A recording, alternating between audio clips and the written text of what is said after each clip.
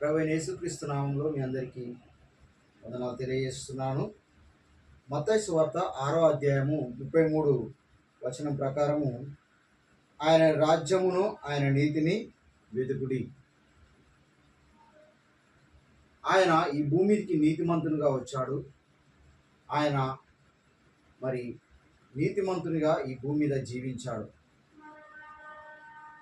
కాబట్టి మనము ఆయన నీతిని అనుసరించి మనము ఈ లోకంలో జీవించాలని క్రీస్తు యొక్క వాక్యం సెలవిస్తుంది. ఆయన నీతిని, ఆయన రాజ్యమును మనము మొదట వెతకాలి. ఈ లోకంలో మనము ఎంత ధనమును ఎంత సంపాదించినా మరి క్రీస్తు యొక్క విషయంలో అది వ్యర్థమని దేవుని యొక్క వాక్యం సెలవిస్తుంది. కాబట్టి ఆయన నీతిని, ఆయన రాజ్యమును మనము వెతుకుదాం. దేవుని యొక్క వాక్యం సెలవిస్తుంది. రోమిలకు రాసిన పత్రిక 5వ అధ్యాయం 1వ వచనము, యేసు క్రీస్తు యందు మనము ఆయన నీతిని వెతకమంటున్నది.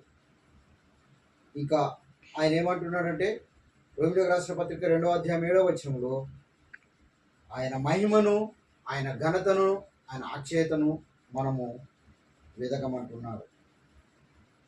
కాబట్టి ఈ వాక్యాన్ని వింటున్న ప్రియ సహోదరి సహోదరుడా, ఆయన రాజ్యమును, ఆయన నీతిని మనము వెతుకుదాం. ప్రతి వాక్యం దేవుడు దీవించి ఆశీర్వదించుగాక.